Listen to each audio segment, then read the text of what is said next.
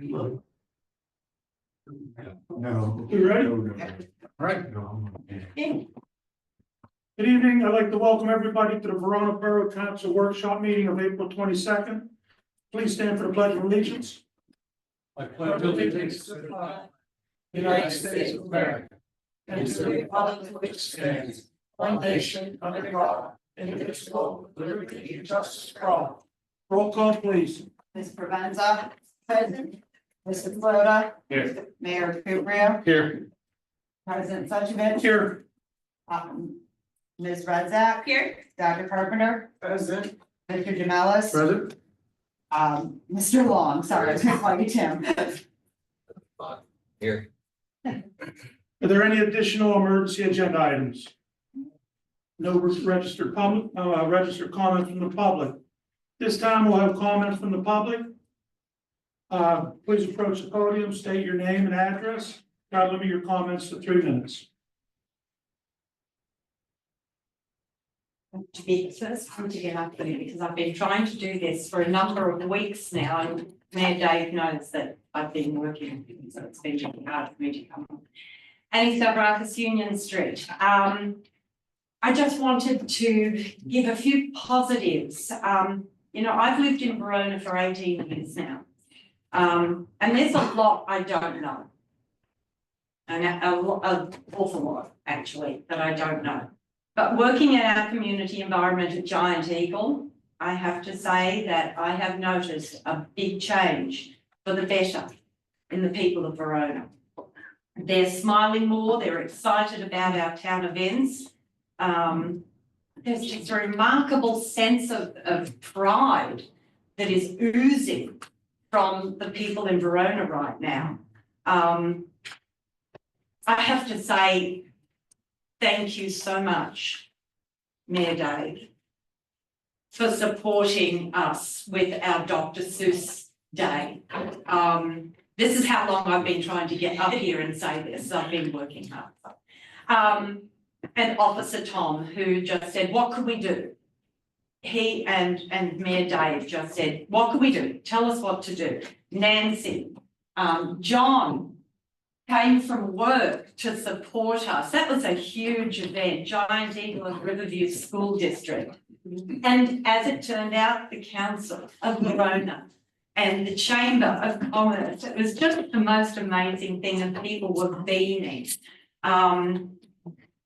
It was just the community teamwork that was involved with that really made an impact on, I know, my co-workers and the parents and the teachers and the children. It was instrumental in building a positive foundation for us here in Verona. And of course, the stuffing of the Easter eggs. I brought friends with me from Giant Eagle, and they were excited to come down and help. And that's not something I've ever seen before. It's just been absolutely amazing to see the turnaround that just some events have given the smiles and the encouragement to our people. And of course, the Chamber of Commerce rose to the occasion for the Easter egg hunt, which when I finished here, I went straight to work because I had a late shift. And I still had people coming in with their children saying how amazing it was. It was the best event we'd had in decades. One customer told me decades. And that's amazing. So, you know, a little round of applause to everybody, because the positivity, keep it coming, because we need it. We need it. And it's building such a foundation for us to build on. And we just need to put the right people in the right places and keep them there and keep it humming. So thank you. Yeah, I would like to thank you for what you do also. Oh, You're constantly getting dressed up. I think you have a wardrobe up there. Well, you know, it comes from teaching. And I think I could speak for Sandy because she was there with the Dr. Seuss too. She was. Sandy was wonderful. Yes, Sandy. We did not forget that you made us wear those hats. Well, if it helps at all, the children loved it. And I have it on good authority from both Verna and 10th Street that they were drawing pictures of the people that were in the hat. So, you know, you guys just made the whole event spectacular, and I am so thrilled. Thank you, Sandy, and thanks to Officer Tom. I don't know where he is, but thanks to him too, because without all of you, John, Nancy, Sylvia, oh my gosh, the kids were just thrilled to death. And then the Easter egg hunt as well. It was just amazing. So thank you. Thank you. Thanks, Andy. Anybody else? I do not see any virtual hands. Sandy?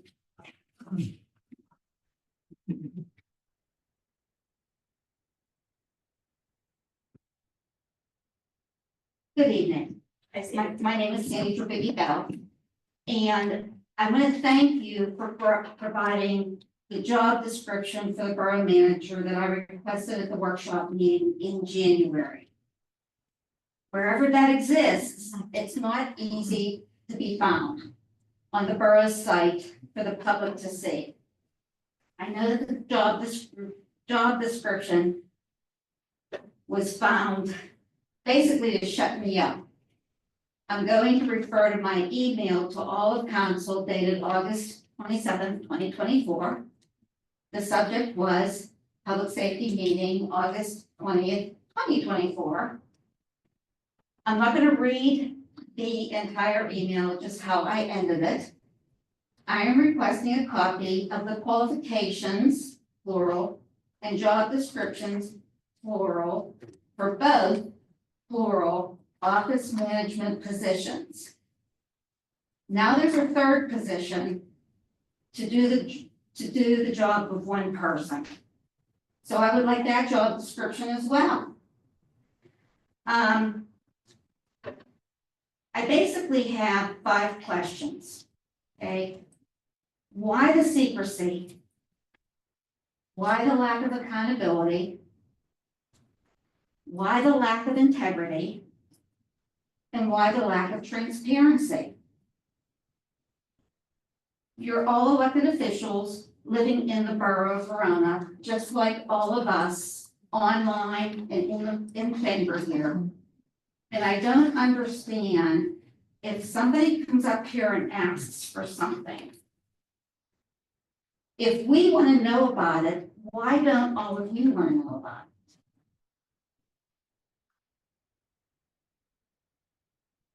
There's just one more thing I want to add. I had sent out an email on April 13th, I think it was. And to all council and mayor, I think you were on there too. And to this date, I have received no acknowledgement that anybody has received it. It's just, to me, as a teacher, retired teacher, it's just professional courtesy to acknowledge receipt of an email. Thank you. We did get your email, and we're in the process of taking the the people that want to apply for this, we're compiling lists. And I appreciate that, President Suchovich, but it took me coming to this meeting to put it out there to everybody before I got a response. Actually, Mary Sheridan was supposed to contact you. She's head of civil service. We're not supposed to contact you. She should contact you. Civil service is a separate entity. And I saw Mary at Okay. church over the weekend, and she did say that sometime this week she was gonna get together with all of you. But again, the email wasn't sent to Mary Sheridan. It was sent to you, just a simple acknowledgement that it was received. Would have been appreciated. Sandy, Mhm. may I ask a clarifying question? You received the borough manager job description, but you're asking for the administrative secretary as well as a third person? That's what the email that I requested back in August asked for, both Okay. administrative I guess positions. I'm just confused what the third person is. Human relations. Okay, the consultant. She's working out of the front office now too, isn't she? No. No, She's a consultant. Yeah, a little different. I just wanted to make sure I understood. Okay, thank you. anybody else? Leanne has her. Leanne? Hello, I wanted to first say, piggybacking on what Ms. Drabicki said about accountability and acknowledging that people actually have something to say. I have written 3 emails and I have had a private meeting with 2 council members over what I brought up. I'm not going to bring it up publicly yet because you guys are so hush hush and secret about it. But I just got a response today, and it was not from anybody on council. It was from Craig.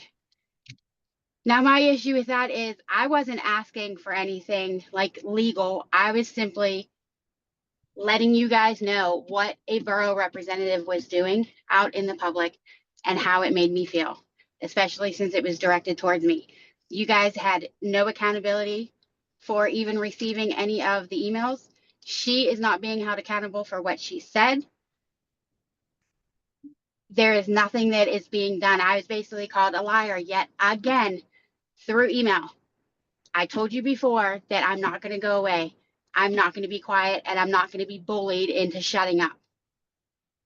Just so you know, this is not over. I am not accepting this cop out email that I got today that you guys don't have enough information to look at anything. If you would have asked me, or if you would have responded to any of my emails, or even spoke to me at the 3 different meetings that I came to, you guys would have all the information that you needed.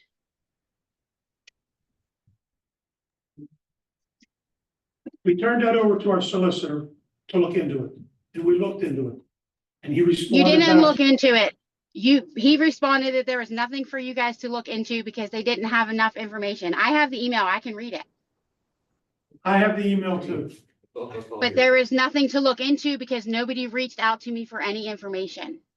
He looked into it on our end because there's nowhere to reach out to, Leanne. There was no. And every one of my emails is my phone number and my email address. And isn't it funny that I am getting friends requests from people on council that I'm not friends with, that aren't even in the community or in my circle, but I can get those, but I can't get a response to an email. This is getting crazy. You guys are so unprofessional. I can't even believe it. I wasn't asking for anything. I didn't ask for anything legal. I was simply letting you know what was happening and how I felt about it, since it was directed towards me and not one person there could respond to me until today, after I had to remind you that it was an election year and that I was not going away. I've been to 3 meetings. I've sent 3 emails all on the same subject. Not one person had the decency to acknowledge that they got the email or respond back to me. The only way I knew that you guys got an email was someone asked me who I was talking about.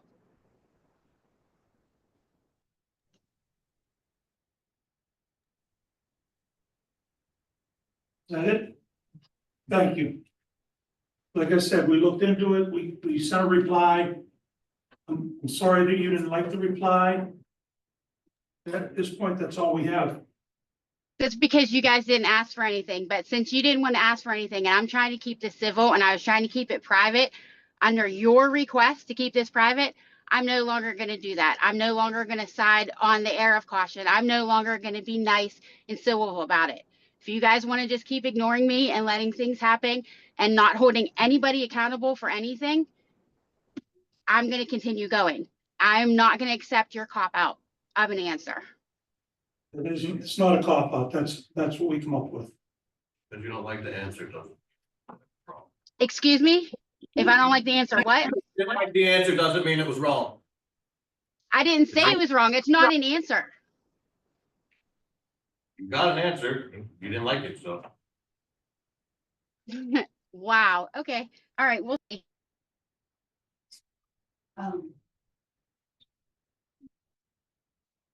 Susie, Susie Davis, 537 Ridge Avenue. 2 things. Bouncing off of Sandy, asking for the job descriptions of people. Why are we immune to presenting it to everybody, letting everybody know, when our fearless leader, I don't particularly like, Donald Trump is demanding his workers tell them what they do to keep their job? Why is Rona saying, well, we'll get it back to you, we'll get back to you? Make them accountable, just like the president makes everybody accountable. That's all I have to say on it. And another thing, on Ridge Avenue, Lower Ridge. The guide rail coming up Lower Ridge on the left-hand side, it's been deteriorating over the years. But 2 months ago, we had a car accident there. And it's wiped out more. It needs replaced before somebody actually does drive up because it's very narrow. Somebody pulls over, somebody's gonna go over the hillside into those houses down there. Thank you. Thank you. Kelly, Hello. Sorry, I'm sick, so I'm trying to speak loud. So I'm on North Avenue, and I also wanted to just add on to Leanne and Sandy. I've also not gotten any response back from you guys for my email. I did come into the meeting that Nancy had, and Mark Springer was able to answer my questions that I had for you guys. So I was just wondering, do you guys have any answers for me? what was your question, Kelly? We get so many emails, I don't remember the questions. Well, it's about the ongoing trash issue that we have here. Like you guys have talked about, we have to, clean up after the messes, and I shouldn't have to clean up after my fellow neighbors' trash every week.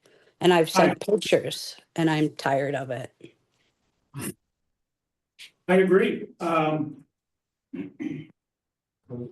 Code enforcement, I believe, was sent up there. Yeah. Right, Stephanie? He was. Well, that's because I messaged him. And he did come up, and he asked me to send him pictures, and he said he will remind him again. But at what point do we stop babysitting people? We're grown-ups.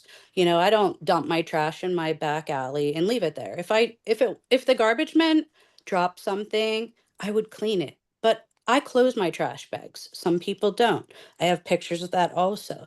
I mean, we're grown-ups. You can't text landlords. They should be fined at some point. Am I wrong? Because I've heard that the police should be handling that, and they should be fined. Nancy can probably tell you as well. She was the one holding the meeting.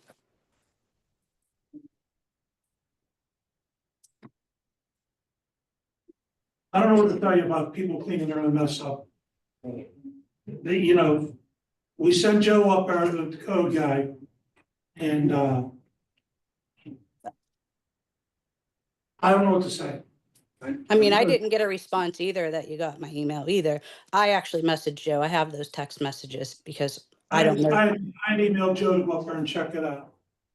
Well, I mean, in my email, he acted like he didn't know, but he said he had to remind them again. And my point is when does that stop? When are you held accountable? And we grown-ups? Because if that's the case, then I can make messes every day. The point is that we're grown-ups, and we don't need they don't need told every week to clean up their trash. You need fined at some point, correct? I mean, this is my life. Every day I clean up these people's messes, and it's getting old. I just want to be held accountable. If I'm going to be held accountable for things, people should be held accountable. I mean, I'm not wrong, and that's all I'm saying. Like, we're a community here, and we want to do better. Let's clean up our own messes. We don't have to remind people. Give them a fine and move on. You're reminded once. The second or third time, okay, we'll go with 3 times. But after 3 times, I mean, the police have been there multiple times. We just need to do better, is what I'm getting at. You know what I mean? Do better. Let's start finding people. And if they can't do it, if they're elderly, I'll handle it. I would have cleaned it. But at one point, I mean, they don't even close bags. Let's close our bags. And if they're not closed, I'll sit here and take videos if we need to. But I mean, I'm not gonna play this game forever. We're not gonna keep calling the landlord to clean up. It's ridiculous. That would be the legalese side of it that I don't know. I don't know the answer. Well, Nancy was there. We heard, There's fines or not. I can check. Yeah. I can check what fines have been levied. I know he does the best he can. That's the best I can do is look at what fines have been levied. I can also tell you when things go to court, it's 30 days. They go back to court, it's 30 more days, they go back to court. So, and I can show you every list of every subpoena we have for every person who goes to court. You can actually look all of them up online. I'm really That's- sorry, like, I don't mean to be really annoying. It's just the same person every week. And I don't want to keep calling. I just want it to stop, you know? I've been dealing with these people for so many years. It's one person. It has to stop. That's all. I'm just asking for somebody to actually tell them it has to stop. Like, let's put our foot down eventually. You know what I mean? Like, it's been years. Stephanie's gonna look up and see what's going on and I can look up the fines, I can look up what they've been to court. I appreciate that. I just really just am tired of like dealing with it, you I know? get it. You don't wanna live in a pigsty, I get it. There's only so much we can do too. Well, Like you- I was told that the police could Not gonna do fine. ourselves. I don't know if that's true, but like I said, when Nancy had her event, Mark Springer was there and he advised that that's a police thing that they could fine. I don't know. I'm just relaying the message. She could tell you. I mean, I don't know if she wants to speak, but I can't even see if she's there because you guys are so far away. What more experience? That would be very interesting to know. I don't honestly, do He you brought up remember? about how, the police used to, fine for ordinances. He was talking to Gary about it, that's really what he was talking about, that was, and I think that whenever we had our BOV and, Oh, Mark Stanton. then they got rid of the police actually getting fines for the ordinances, just became an ordinance officer job. Was that when Bill did it, Seiko? Yeah. That's what he was talking about back about 15 years ago, that the police used to enforce the Right. ordinances. Right, then the board turned it over and made it quote unquote a ordinance officer. And it was marked and it just followed from there. Yeah. Until some of the pressure off the, police. Well, when Officer Seiko retired, I think is basically what happened. But then we had a code enforcement officer, I think we paid along with building inspector and what have you. I can't remember the name of that company that we It was had. BIU. Yeah, And now we have Joe, so we pay him. So- right. And they did everything, code enforcement, building permits and so on and so forth. I get Kelly's frustration, I do. Sure. You don't wanna live next to a pig's pen, I mean, Well, I mean, I have to go to court with them all the time, you know. I mean, I'm sure you saw with the drugs and it just like when does it end? Like when does somebody be held accountable? That's all. And I'm just saying like I don't throw cat litter in the street and go, "Oh, whoops," you know. I would clean it. It doesn't matter if the trash people dropped it, whoever. It's still my property or by my property and I'm going to clean it. You know what I mean? That's all. I think if Joe's citing them, it's like Stephanie said, it's a matter of, you know. But he's not. He messaged me that he's going to contact him and remind him. Why are we reminding anybody? Like, grow up. We're adults. We don't remind people. And now you go to fines. Like, I don't know why we're reminding people. They don't close their bags. We don't remind them to close bags. Come on. You're a landlord, fine them. That's it. You know what I mean? Like, it makes no sense. The only thing I can think we can do is talk to Joe and see. Feel free. I mean, I have his text messages. He Is can. that house owned by the county? No, it's owned by Faracco. So he calls Faracco and tells them, "Hey, tell them to clean up." And it's already too late because I've already cleaned it up because it blows in my yard and everybody else's across the street, my parents' yard, their neighbors. I mean, their entire trash bags are open. As of now, they're not there for the last 2 weeks. But I mean, I've had to call the police a couple times too because there's broken glass everywhere. And then if you call the police, it's fights. So, you know what I mean? I just want people to, if you work for the place, just clean up. That's all. I mean, there's trash in front of my house too. They drop glass. It's just a mess. Like, just clean up. That's all I'm asking. And if I have to call you, like, they should just be fined. I mean, and then Joe said, well, it could be me dumping the trash. And I'm like, okay, well, I have cameras. I can prove I didn't. You know, at one point, who gets held accountable? I don't understand. Like, everything's always like, oh, it could be this person. It's like, oh my gosh. I don't know. It's the landlord that can be held accountable? Well, we have to check it. That's what That's what we were told. If Mark Springer said that it's the landlord should be getting the fine at this point. Again, I don't know. Like I said, I was just at the meeting and that's the first I've ever been told that. Now, we're gonna have Stephanie check with Joe to see what the game plan, or what he's, or what the status is, I'm trying to say. Yeah, I mean, they're not here right now, but like when they do come, I mean, their trash is still outside right now. I mean, you guys said we have to bring it in. It's still out. That's not what I'm bitching about. But I'm just saying, I just think if we all have to clean up, if you're a company, you should too. Wonder if we could send a letter up there to the landlord that we're getting complaints about the neighbors and they're not tying their trash and taking care of it. Let me check, to make sure we've got it done. That stuff, Okay, we can actually, we have an entire day. So we can, Stephanie's gonna look into it and see what we can find, Kelly. Okay, thank you very much. You can get back to me and we can get back to It Kelly. won't be till Thursday. It won't be for a couple days, Kelly. Okay, no problem. Thank you. Appreciate it. Thank you. Anybody else? Masha haven't saw 451 North Ave. Matei, do you know Matei? Okay. Hold on. Ask about others. I know Oh, I'm sorry, what was your name? Masha haven't saw. Marcia? Masha. And No. your address? 451 North Ave. North? I wanted to ask about Krebs Field. I know opening day was pushed back due to construction, which is done. Field's been decent.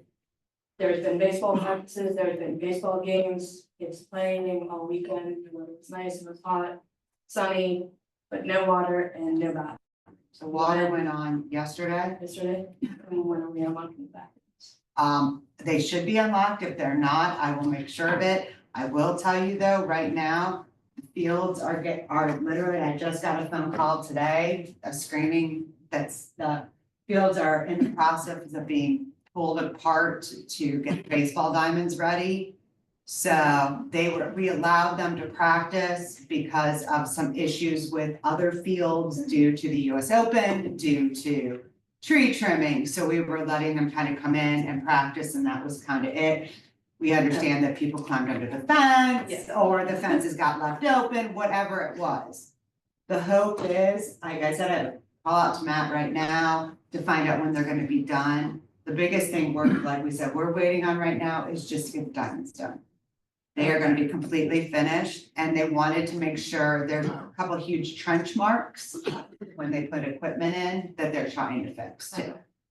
Just wondering, I do have it reserved for May 10th. Oh, it'll be ready. It'll be open. Yeah, you might not, here's what I will tell, it will be open. The big diamond, I would hope would be done by then. The little diamond may not, but it'll be ready. There's no word. Yeah, they never Do you turn mean on the the water. pavilion? Yeah, they don't turn on the water till April 15th. Okay. That's always been the rule. That's Okay, how I thought it they've was like- always done it. Earlier in April today. Cause we've had some cold weather, as you know, last week, how cold it was. And so they waited a week to do it, just for fear. We have lost quite a few water fountains and quite a few other pipes, but the water is on all the parks. Everything's good. Like I said, they are working on it right now. We'll make sure we have DPW or the police open the fields and They the will open them. bathrooms. The police. I will say right now, since they are gonna be dragging in all of that stuff for the baseball diamonds, they may be locked. And if there's kids inside of them, that means somebody crawled. There's a way to, I guess, to get underneath. Oh, There's gonna be big equipment in there as they work on the diamonds. We also, I want to add that recently we've been screening new cleaning companies and kind of delayed the opening of the bathrooms until we hired a new cleaning company, so we didn't have a public health hazard before we could get somebody in there to regularly clean it the last. But the boys said that they don't, you don't clean, so. And we have an update on the cleaning, but. yeah, we'll go with that. Anybody else? Very good, thank you. Hold on. just wanted to say one thing about the email responses that people are not getting. The majority of council has been told by various people over various years that we are not to respond as individual council members to any email that comes in addressed to the entire council. So, and that we're to discuss or whatever, but we have to do it publicly at a meeting. We can't just have a discussion privately without acknowledging that we had an exec session if it's something that qualifies for an exec session. And that one person would be designated to be the person to respond to any particular email. So the reason that you're not hearing from us is because of this process and policy that was instituted a few years ago by the communications committee. At least that's why I don't respond, because I'm following a policy that was established 2 or 3 years ago that we're not supposed to. So I just wanted people to understand that for the majority of these communications, you're not being ignored. We've just been told, they don't want 7 people to be responding to different things to the same email. Because then it gets very confusing. I'm not saying that there couldn't have been a little better communication among us to come up with a response, and then whoever we would designate to be the designated responder to that particular email could have happened sooner. But I just wanted to clear that up in case people didn't understand, why they're feeling ignored. So. David and myself were contacted by a resident, and we answered that resident back and met with that resident. So in that case, it was out just to me and David. You can't go out, no more than 3 people can ever be sitting in a meeting at any time without breaking the sunshine law. And if you'd like to read that, it is actually part of the borough code. The Sunshine Act says that if there's more than 3 council members communicating that it's breaking the law unless it's in a public forum. Can we at least get somebody to acknowledge they have at least received our emails then, not even respond to what the email is about, but can we at least get someone to say received? Usually, if they come to me, that is my job, but if you decide that I'm not gonna receive them, then I can't do that.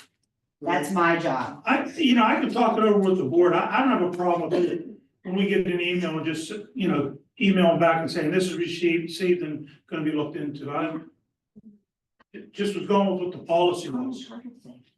Yeah, You know. just to clarify too, though, about the Sunshine Act, there can be more than 3 of us together as long as we're not talking about council business. So if we're like going to an Easter egg hunt and there's 4 or 5 of us and we're talking about Alice in Wonderland or whatever, that's okay. It's just that we can't be more than 3 of us together at any one given time talking about council business. That always has to be done in public. Okay, very good, thank you. Thank you for the comments. This time, no comments on advisory boards and commissions. The only thing I have is, we had an exec session prior to this meeting for personnel with our labor lawyer. Right. We also had a vote on it, and that was kind of like an exec session. To ratify that vote, I think. There was no vote. I was confused, because we didn't vote. No, we're Just good. called for it, so we didn't vote. Okay. Just vote to have it there. But it wasn't like a vote. Yeah, there was. No. Yeah. I think we're good there. Okay, I just want to make sure. Thank you. Next up, Mayor. Yeah, I just have one item, this Thursday. The 24th, the minutes say it's 6:45, but it's actually 6:30 at the fire hall. Will be a put together with the community group, Bethany, over there in the back there. Probably about an hour-long meeting. This will be the 3rd one that I've had with the group and residents, and it was very well attended, both meetings.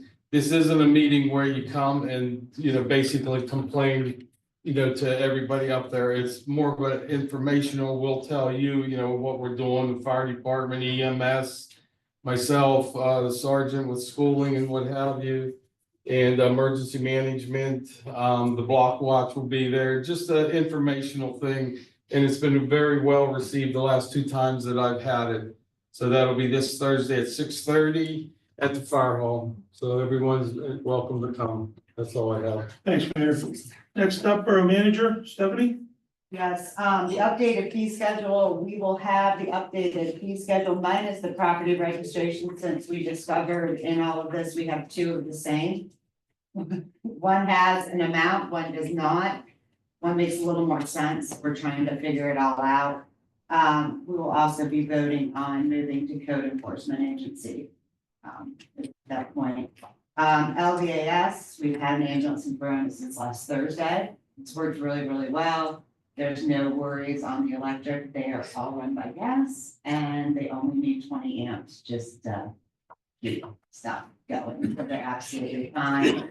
And if you did not see, there was an awesome article on Sunday about the changes that LVA's made and the fact that they are one of the only ambulance services right now that seems to really be moving forward. Included in your packet is the grant phase 2 for SAMP that I am currently working on writing. This grant will be for security, computers, cameras, new doors, and the DPW also asked for new windows. For this grant cycle, there'll be servers involved for the police, things like that. Cameras will be going at Riverbank. We met with the security guy the other day. They're actually gonna put a 360 camera in at Riverbank so we can see down by the river. When you said DPW asked for new what? Windows. Where? If you look at our windows, and we actually did go out and look at them, if we're gonna secure this Oh, building. you mean here? Yeah. I'm trying to think, where's? Oh, windows no, over no, here? oh, no, they asked, because they were out putting the screens back in the windows. Yeah. I said they were picking buttons for you. They're rotted Oh, and, wood, yeah. and they wanna make them thicker. So we are gonna be looking at that, we are getting all 4 steel doors replaced with new security. And the front doors will all be replaced, we will also have, keyless entries into the building. So that way we can guarantee who's going in which area, so you can see it. And we'll lead down on the fact that we think we're missing a few keys for DPW, so we'll help with that. And like I said, then there'll be the cameras, there'll be panic buttons, the whole thing goes. This grant will be written for June. And while we're spending this grant, we will be writing phase 3, which will be for the comprehensive plan. We are asked to do this way by DCED. And so, because they're doing quite a few comprehensive plans this grant cycle, so they've asked us to do this stuff first and then come back. It's easy, get the money, get out to it. The 100-time glass celebration is on May 1st at 10 a.m. I still need like 2 volunteers to attend and possibly speak. I can tell you for Oakmont, the mayor will be there and Friday. What time is this? It's at 10. Nancy Ride. Nancy Rod, I can't remember which one. And what are you supposed to talk about? I mean, They gave you some potential talking points at the bottom. value.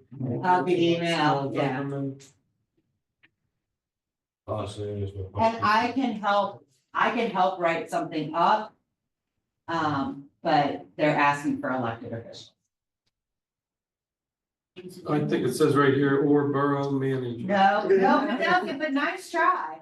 I made sure to look at who was coming for Oakmont, the very first thing. Please talk about it. I will be out of town, so that's why I'm not volunteering. May 1st, I'm sorry, May 1st. Yeah. At what time? 10 a.m. That's a Thursday. Okay, and I'll send out an email, but I just wanted to make sure I said it. So, last but not least, they are gonna be starting some of the seal coating. As you know, they're going to do 2 different types of paving into Verona. They are going to seal coat up until they get to Wildwood. And then they're going to do They're gonna Orange. Mills. no, they're gonna, not even, they're just gonna like repave it I Torn chip, maybe.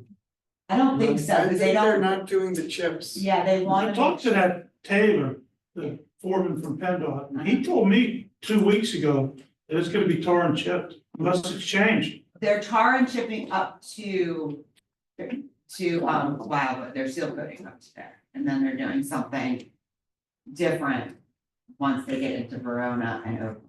So when you say seal coat, do you mean tar and chip? Okay, now you have to understand, I don't know what tar and chipping is, until we moved here. My car never had to go through a tar and chipping, so I'm just gonna be, but I don't know what the difference is. Seal in the road, after they go through with the craft, when they seal the, you know, the Tar and joints, the chipping, cracks. there's a bunch of fine gravel that's all over the road that Yes, dings it up your ruins your car. car. It's horrible. So, we're gonna, I don't know what they're actually That doing. Vidoc's bad where they. Oh, it's terrible. Patched all those patches. Yeah. You can't say nothing. It's a seal coat repair. Says on here it's a seal coat repair. When is the traffic calming, when are the traffic calming It measures? won't happen until they pay. After they're done on, But with the. that, what sounded like before June though. It'll be before June. Yeah. I can't tell you when exactly. This one says sometime before the end of April. Well, just as an FYI, April ends next week and we still haven't heard anything yet. Yeah, I wonder how that's gonna go. It's gonna be interesting.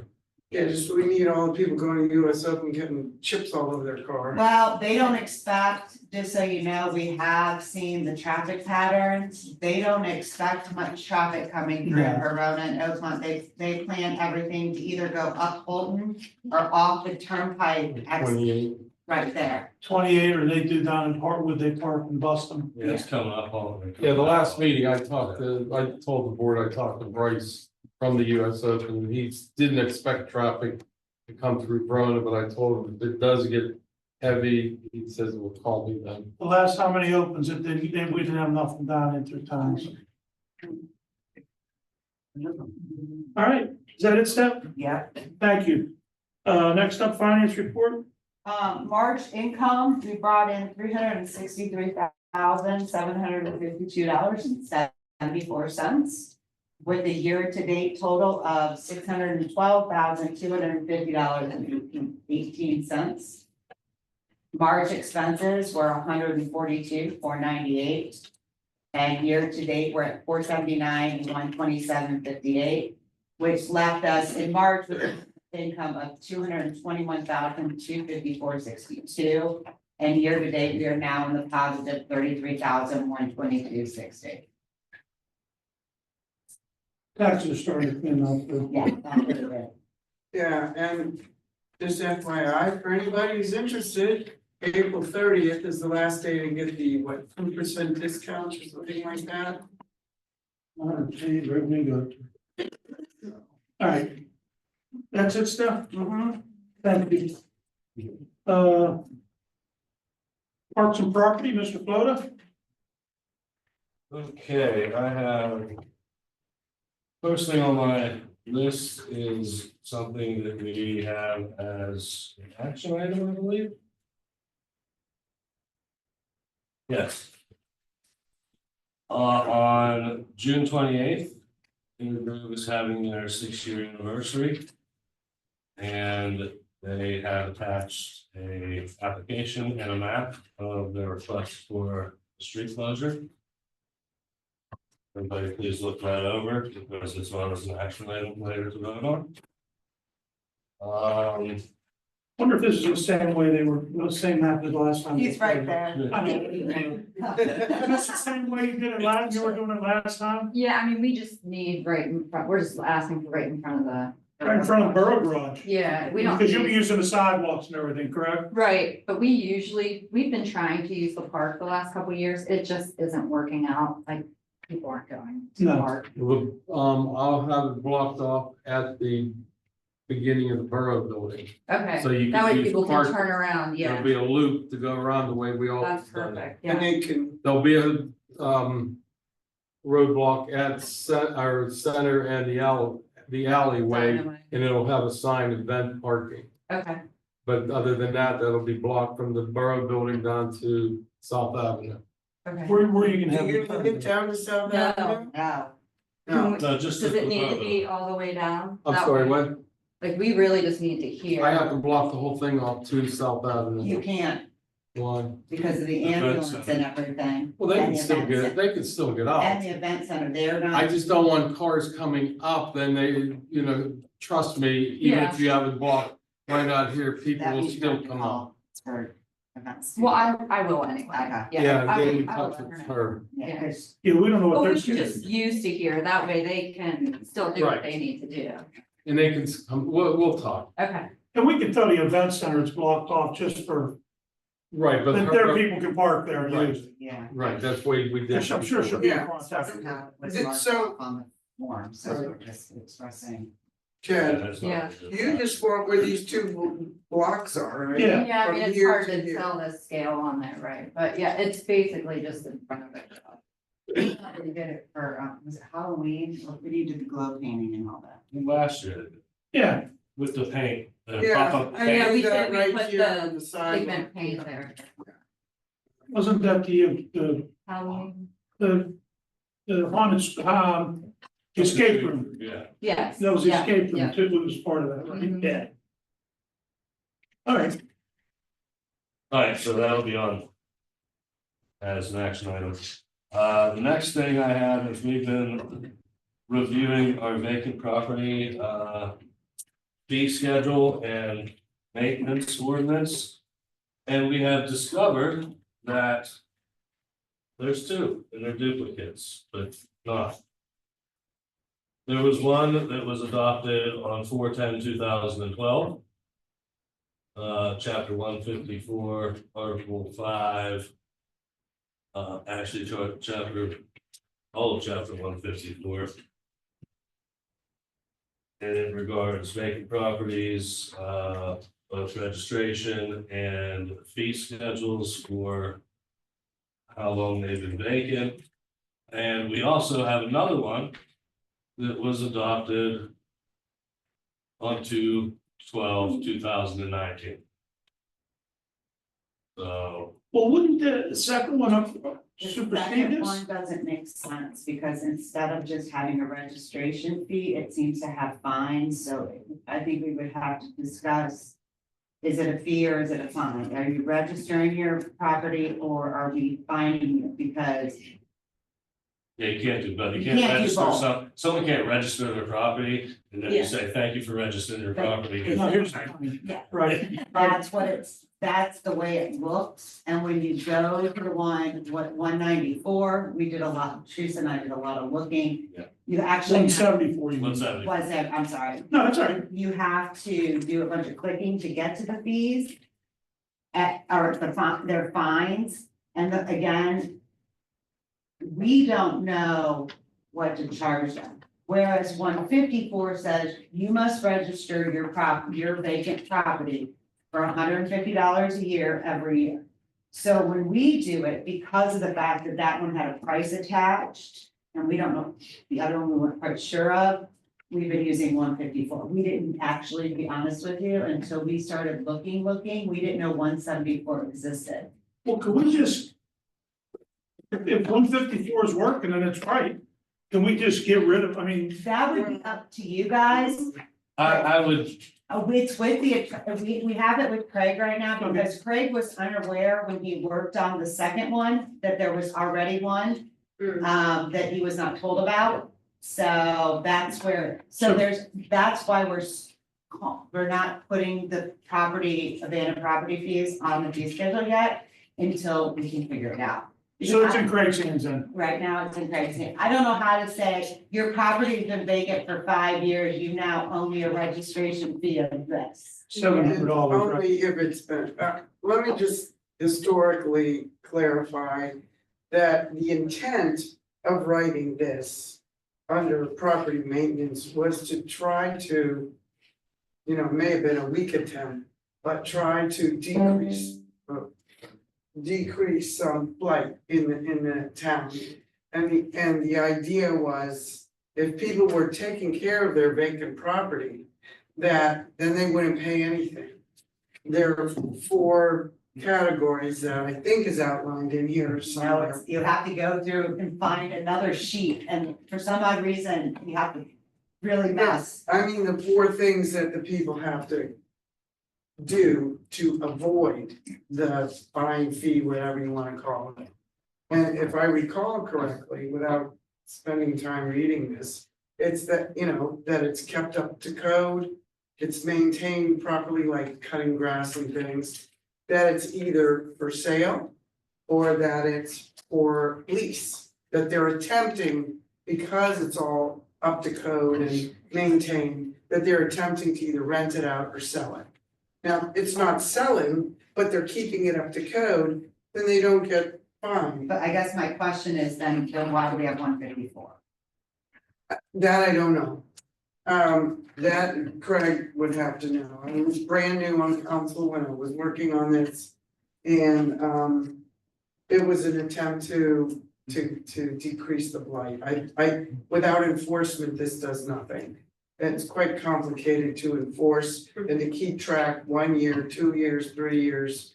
And then to collect the money, so I'm not sure how useful this was. Yeah, 154, the only reason we know about 144 is people are really, really good, banks especially, about calling. So that's how we got to 154. Just because you put abandoned properties and that was the first to pop. So it's up to you guys just need to work them out. But this was the first example, I know we're gonna have our intern look at some of kind of duplicate ordinances. Yeah, My suggestion is. I looked both of them over. 154 has a lot of valid points and options, and so does 174, and I see what was trying to be done. I suggest we have our solicitor, wanna have our intern look at it. We sort of are gonna have to. We're gonna have to meld the two together. And take the best parts of both. And we also have to realize that this is gonna be a complete redo. Like we have to revamp this whole thing. The abandoned property basically only refers to empty buildings. And only in the residential district. We have to allow this to encompass both the business district and the residential district. So we could combat vacant buildings in our commercial district. We also have to address vacant lots because it only talks about vacant buildings in the residential district. But we have an increasing amount of vacant lots. We should be at least charging a registration fee or fining people for just holding on to property and having our DPW guys cut the grass. So we're gonna have to. It's gonna have to be kind of like a dual front ordinance. We're gonna have to have a section of it for residential and then a section for commercial, and then subdivisions underneath that. Is it a vacant building or is it a vacant empty lot? And then a price list for all of those sections. And we're gonna have to meld these two ordinances together because there's good points in both. So it's gonna be a pretty substantial process, and we're gonna have to make sure we don't leave anybody out. Probably pretty lengthy, Very lengthy and very time consuming. it's gonna have a lot of legalese and litigation involved in it because there's a lot of things we can't just find people and then don't sue us because we're not allowed to. We didn't get the proper notification, we didn't send the proper amount of certified letters or we find them. These are all the things that we're dealing with right now. We send certified letters and they bounce back and then we're just stuck with a fire hazard.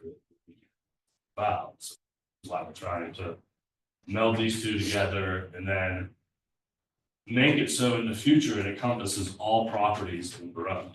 I know as a commercial building, it might be a little bit tricky. It will be, I mean, you don't want, I mean, you remember New Ken 15 years ago? We Yeah. don't want Verona to be that. Right, I don't know. We can't just let abandoned buildings fester in Verona. We should be fining the landlords of these buildings for not fixing it or putting in business. If we're gonna do it to residents who pay taxes. Yeah. Then we have to do it to businesses, because there's business owners that own a business in Verona, but they don't even live in Verona or pay taxes in Verona, and their business isn't paying taxes in Verona because it's empty. Right. I'm not okay with that. If we're gonna find citizens, tax-paying citizens, we have to do business. I mean, that's my opinion.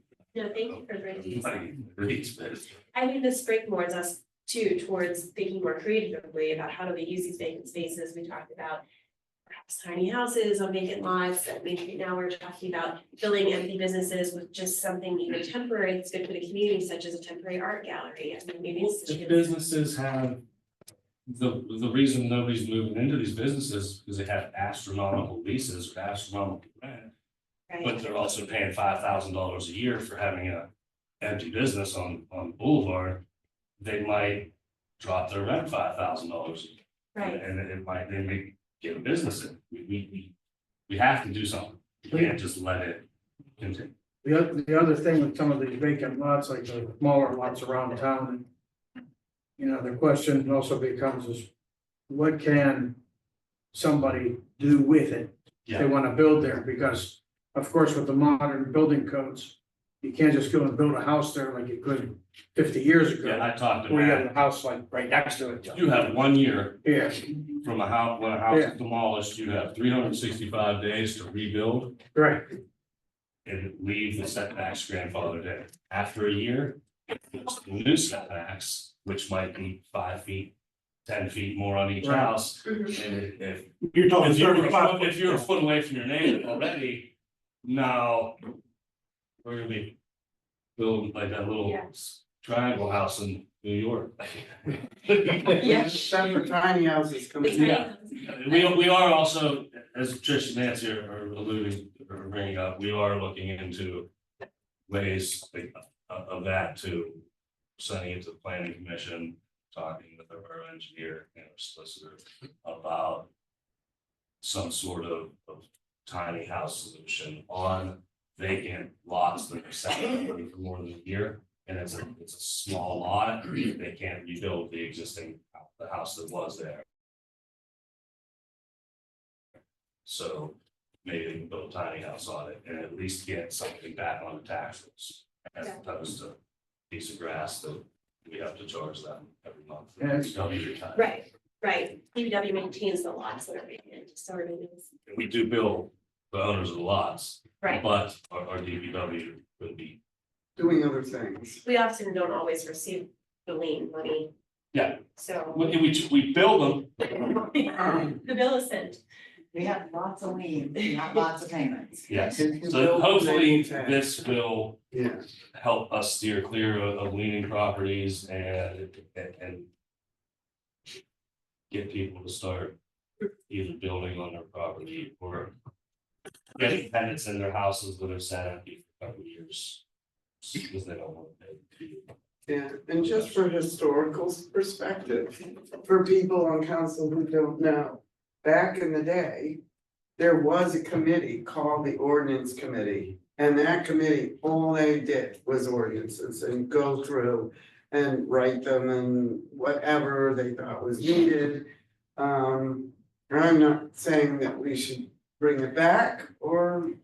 I'm just saying, that's what the ordinance committee used to do. Is just concentrate on the ordinances. I think that would stop a lot of your duplication. A lot of what? Your duplication, you had an ordinance Yeah, committee because you were right. looking more closely at. Yes, There's just a What's- lot of work what's to do, repeated. yeah. And what we just changed instead of repeating. Yeah, but I'm looking forward to an intern.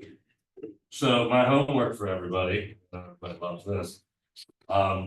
Look at both the ordinances. Go over with a highlighter, a pen, whatever. Circle the things that you think are good in both ordinances. And cross out the things you think could be crossed out, and then we will meet back here at the next workshop, hopefully. And try to see if we take all that stuff out and put all the stuff in, if it makes sense, or send it to the solicitor. He'll probably help work out all the wrinkles, and then we will have to also discuss the business district aspect of it.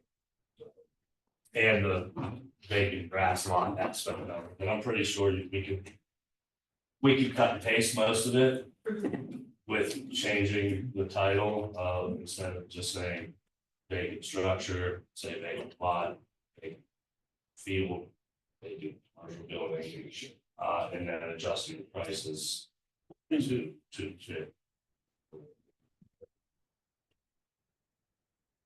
All right, that's all I have. Very good, Vince. Thank you for your input. Oh, sorry, I lied. We just had this, September 5th, Shakespeare in the Park was not going to be Shakespeare in the Park this year. They had, problems with actors and stuff. But they are doing a festival, September 1st through September 6th, I believe. They said that Verona was up high on their list as wanting to be part of that festival. We are waiting for confirmation. Parks and Rec chose the 6th, September 6th, for Shakespeare in the Park to come to cruise again. We sent an email out today for confirmation. They didn't get back to us yet, but I'm excited to announce that we will have at least one Shakespeare Park event. The Parks. So, Wonderful. down really. Thank you. You're done anyway. Next up, community relations, Mrs. Provenza. Thank you, Mr. President. I just wanted to announce, we did have a meeting scheduled, but that meeting had to be canceled. And it will be next Monday, April 28th at 6 p.m. here in the Borough Building. And that is open to all. Very good, thank you. Next up, finance, Mr. Long. Yes, our committee meeting was supposed to be this past Monday. We had pushed it to next Monday. April 28th at 7 p.m. in the Borough Building. We will be reviewing the first quarter budget. Thanks, Tim. Next up, public safety, Dr. Carpenter. Thank you. As people can see, I'm struggling a little bit with some kind of virus. It's not been fun. And so I'm a little off my game tonight. I need my public safety committee to help me out because I don't know what I did with my notes from last week. But I remember some things that I'm going to report on. I have my agenda here. We did have Mr. Springer come and update everybody on where he's at with his planning, and I guess there's a, what would you call it, a notebook, The emergency management. the manual, The the guide. manual. He's updated the emergency management manual. And and I think actually he's going to, or he might have already sent it to me. We can get a copy of it. Is there a copy of it in the office? It's not finished yet. It still needs to be reviewed and stuff like that.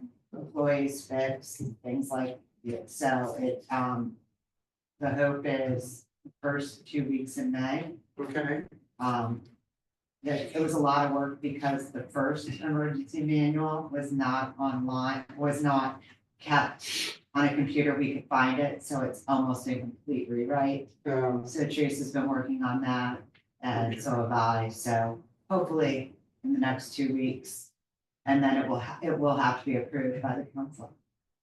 okay. Thank you. And I believe Mr. Springer will be at the meeting on Thursday night Yes. as well. So if you will have any questions about emergency management, you'll be able to. Code enforcement. Do you guys remember anything that we discussed about code enforcement on last Tuesday? The topic that Kelly brought up earlier with the The garbage. The garbage. That was a topic of conversation in the meeting as well. Okay, When he brought up what they were doing, 10, 15 years ago. That was a topic of conversation.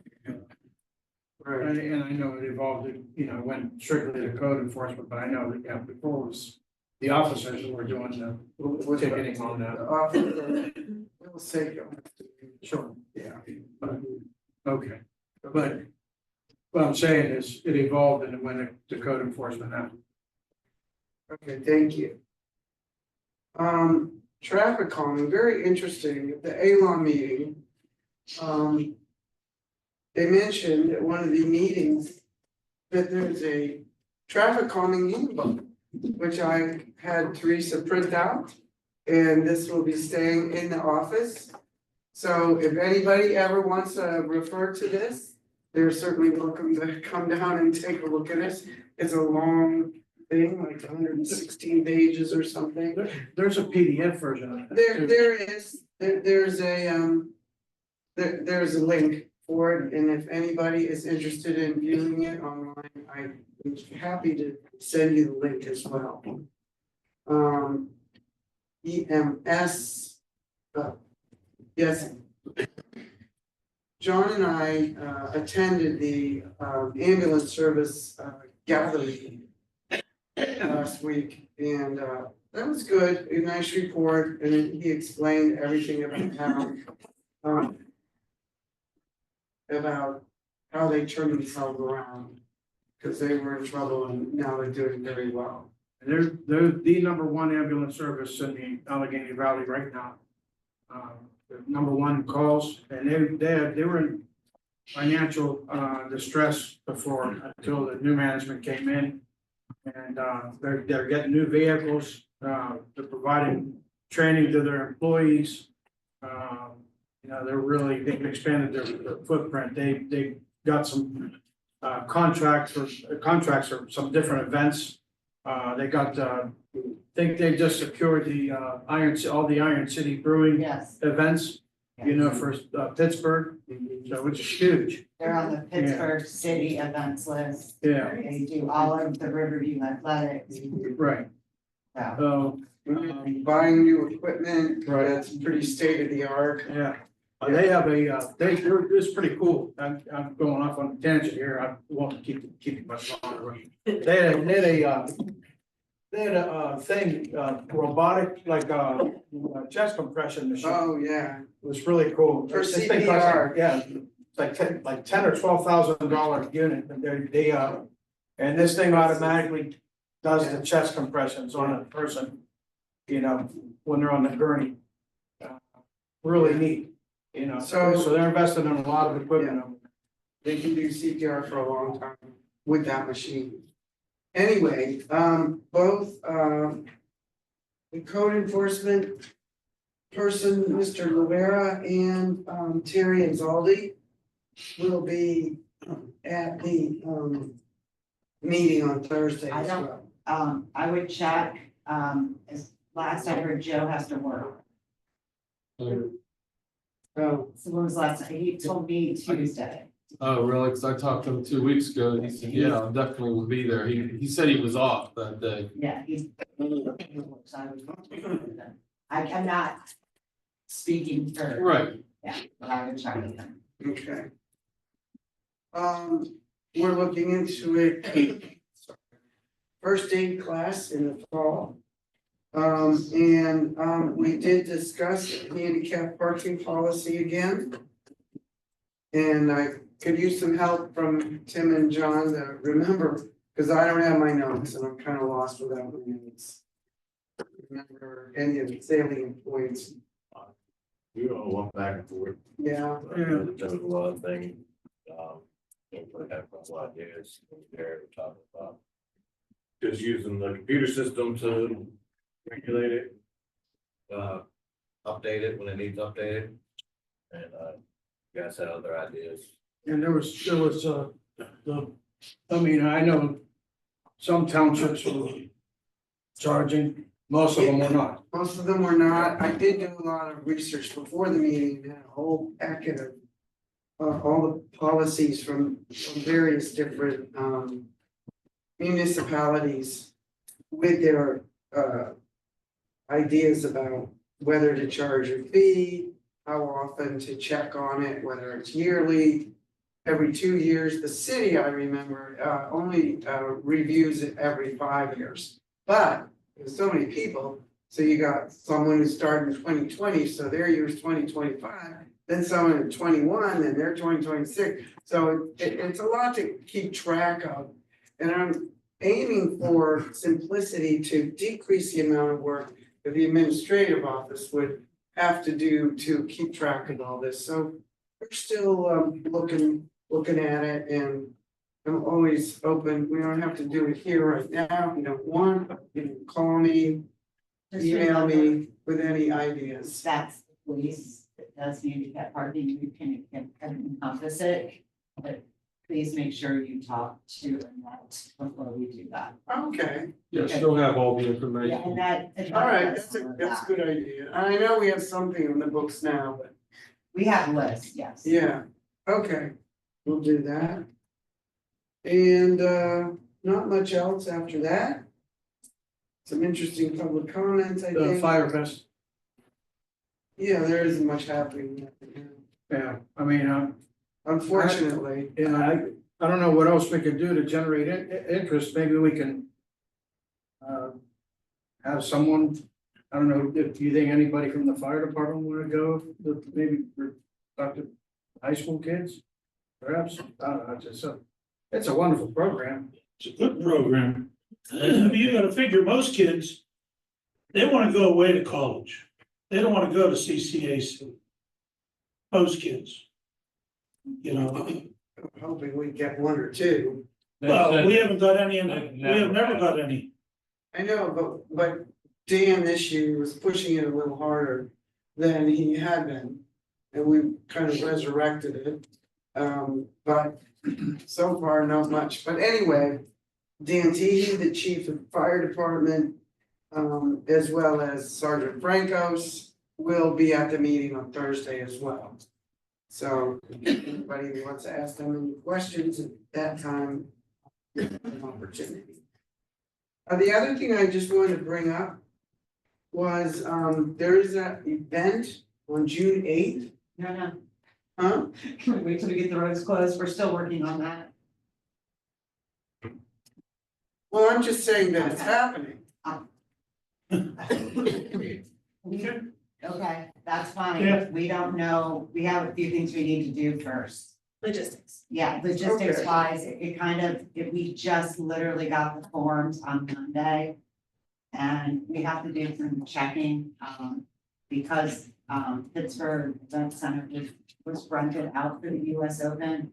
And we had told them in January that there was nothing going on. We get information at the end of April, kind of threw everything into a tailspin. Well, this is on Sunday before the event. They're rented the whole week. The for whole week they're rented out.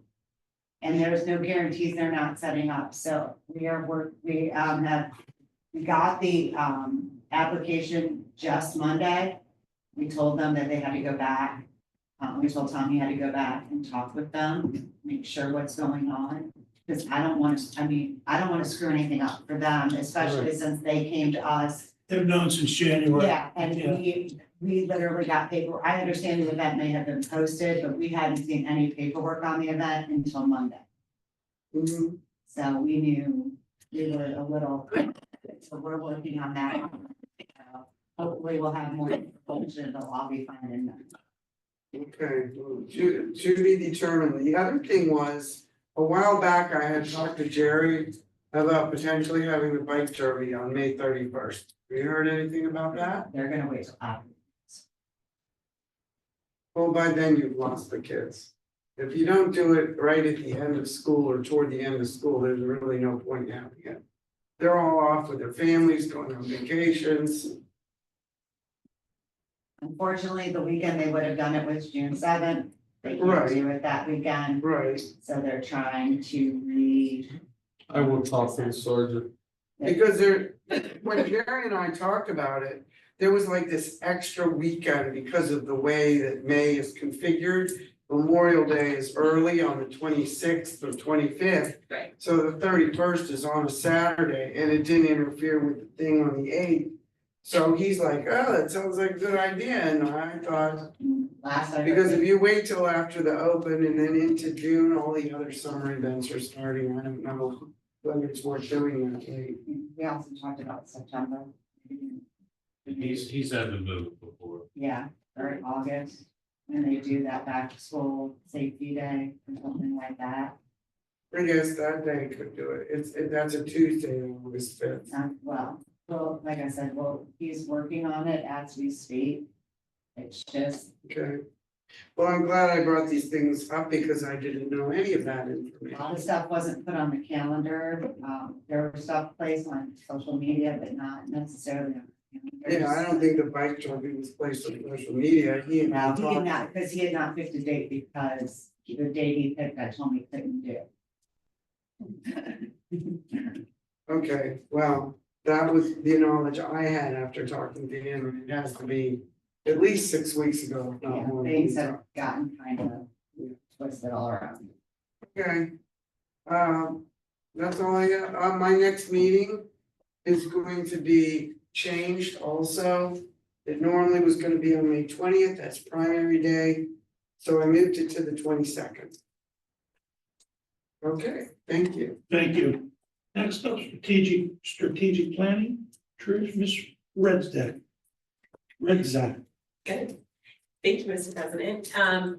First up tonight, I just wanted to share a little bit more of a recap about the Main Street Now conference. I think everyone's well aware, because I've been talking about it. I was invited to speak on Verona's active transportation initiatives and how that can help to spur revitalization in our business district. I was selected, roughly 30% of us were selected, and got some support for me to attend earlier this month, April 7th, 8th, and 9th.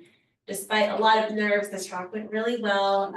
The room was standing room only, over 80 people came, and after the talk, of course, I nervously ended up talking right till 30 minutes, but I had several elected officials and community leaders from across the country come up to me and say that they thought it was really interesting and useful to hear about what Verona is doing. And even though different states have different programs, for example, we're lucky to have Walkworks in Pennsylvania, not all states do. There's usually something applicable. LTAP's a good example of that. The local technical assistance program and extended PennDOT generally exists in other states, for example. So that made it very fulfilling and worthwhile, especially because I was leaving my baby for the first time, which was really hard.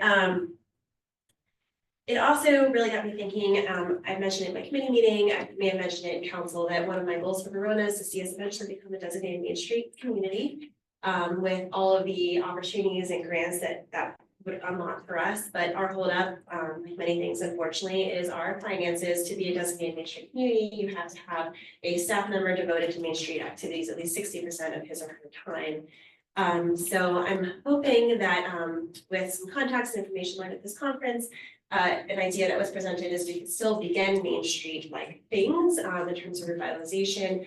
The Main Street Matters grant opportunity, for example, is a good opportunity to work on basic facade improvements such as new signs for all of our businesses. Mr. Flota mentioned earlier the number of vacant businesses.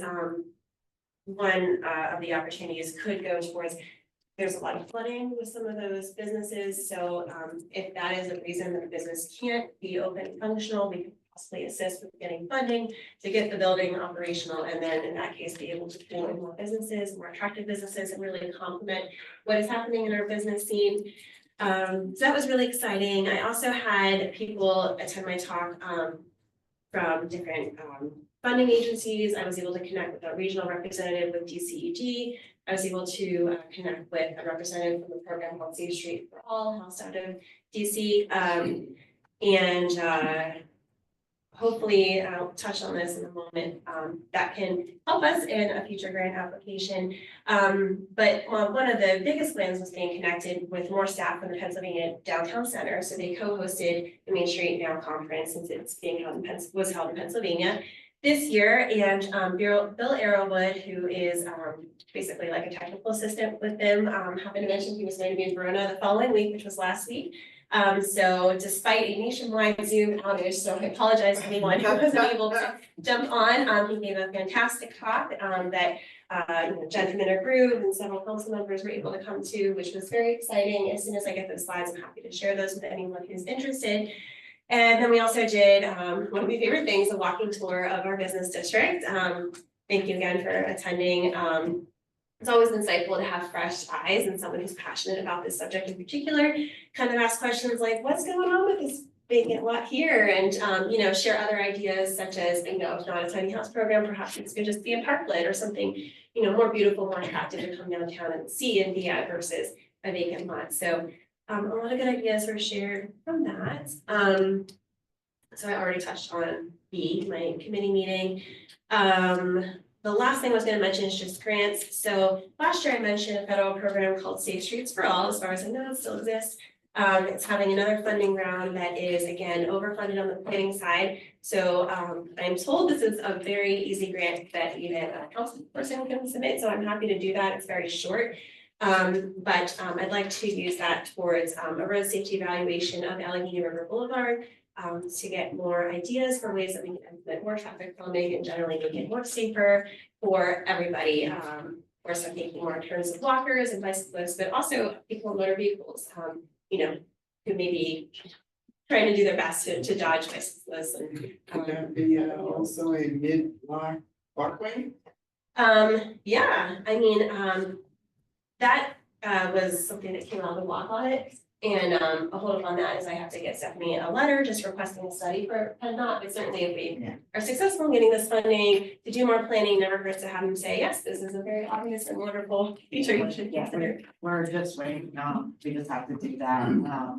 That is gonna be completely up to PennDOT on what they allow us to do and not to. Correct. Unfortunately, we don't have a lot to say. We can ask, but. Yeah, we can ask. Stephanie's a really nice lady, but. Yeah. Thank you, Stephanie, for last meeting sharing PennDOT's plans for traffic calming as quickly as you did. I had no idea that I think they maybe have your staff maybe are some more open to some traffic calming. But I'm excited to see that come to fruition. I also was going to ask you, Stephanie, do you know if there's another round of Main Street Matters funding opening? We do not qualify yet for Main Street Matters. There are certain things we have to do first. So, and the things we have to do is comprehensive plan and stuff like that. So until we get, unfortunately, a comprehensive plan isn't something that I can sit down and write. It's something, you usually get a grant and hire people to come in. Yeah. Because it's a 6-month project and all in its own. And I know that there's other things you have to prove. Right. So, until we can get all of that together, not yet. Okay, I'll talk with you more offline about that. But for anyone who missed that earlier, a comprehensive plan is something that Stephanie is submitting as far as phase 3 of our DCED STMP. That would be the fall. For the fall. So good news on the planning front, things are moving ahead. Very good, thank you. Next up, Personnel Committee, Mr. Canellis. Thank you, Ray. The last week, we had a personnel committee meeting and, it was, suggested that, we bring less, leisure in. Les Leisure, was now the retired, chair of the Oakmont Civil Service Commission. So we brought him in, to basically talk about how Oakmont did their hiring processes for full-time police officers, and I'll tell you, it was pretty educational for us. I thought, it was pretty eye-opening as far as, how they, handled applications from the very beginning and, and the Civil Service Commission is basically an independent agency from the, council and it's supposed to act as an independent body. And the idea is for it to eliminate any type of bias or I want to say probably nepotism, you know, It's liability. liability. You know, and that's basically, that's what its function is, and it also, you know, if there's any type of, dispute with, a full-time officer, the Civil Service Commission would handle those types of disputes. So that's basically what their function would be, and, so we're in the midst of revamping our process, the way we hire our full-time officers here, as you see. So we've been able to take notes, and I think we're well along our way. We got less to, we have Mary Sheridan here, our chair of our commission. And they're in the process of talking with Les, and they're gonna be taking over that process here very short. And so that I think it's gonna be something where we're gonna be able to get back on par with procedures. And I think we're gonna be able to hire officers, I would say, more expeditiously. I would hope, you know, the idea is to try to get them in and get them tested quickly. And get them to bring us, you know, candidates in a, you know, reasonable, timely manner. So that we're not, you know, going back and forth. The other part of our meeting was with our HR consultant, and we're moving right along with our project with several things.